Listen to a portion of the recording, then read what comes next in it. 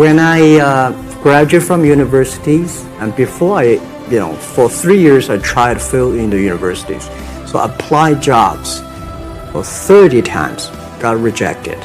I went for a police, they said, no, you're not good. I applied for Harvard for 10 times, rejected.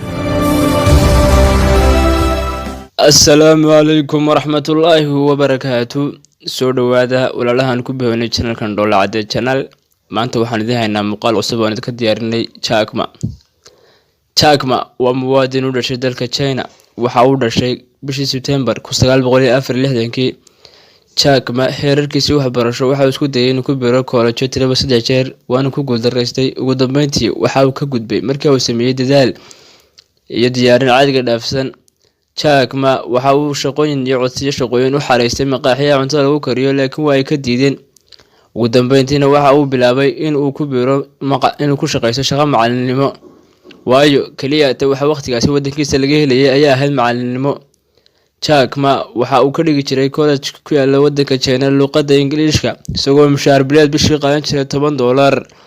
Jack Ma kuma uu qanacsan shaqadiisan waxa uu bilaabay inuu raadsado nolol tan dhaanta waxaana uu wareegay xaggaas iyo wadanka Mareykanka.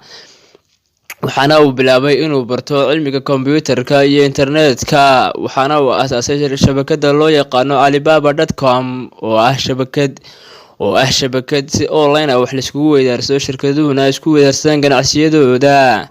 Jack Ma waxa lagu tiriyaa maanta inuu ka mid yahay kuwa ugu qanisan wadanka China isla kaalinta koobaad kaga jira. Sidoo kale waxa lagu qiyaasaa inuu ka mid yahay 25 nin ee ugu taajirsan qaaradda Aasiya. Jack Ma hantidiisa waxa lagu qiyaasaa maanta $20 bilyan oo dollarka Mareykanka ah. Qisadan Jack Ma waxa aynu ka faa'iideynaa inayna marnaba isdhiibin nolosha. maxaa yeelay Jack Ma waxa uu ku noolaa wadanka China xaalad ay adkeyd wadankaasi lagu noolaado oo ay adkeyd sidoo kale laga bilaabo ganacsi iyadoo la haysto lacag. markaasi kastaba noloshu kugu adkaato ha isdhiibin ee hor u soco wad guuleysaysaa mar haataba barnaamijkeena inaan ku soo koobaynaa. Wassalaamu calaykum. When I graduated from universities, and before for 3 years I tried to fill in the universities. So I applied jobs for 30 times, got rejected. I went for a police, they said, no, you're not good. I applied for Harvard for 10 times, rejected. Today, a lot of young people lose hope, lose vision, and start to complain. Because we also have the same period. Because when it's not a good feeling being rejected by so many people.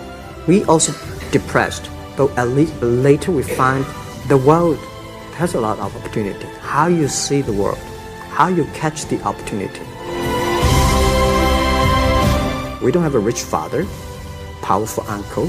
We don't have $1 from bank, 1 cent from government. Just work as a team. Because most of the people, they have a fancy ideas in the day. When they wake up in the morning, they go back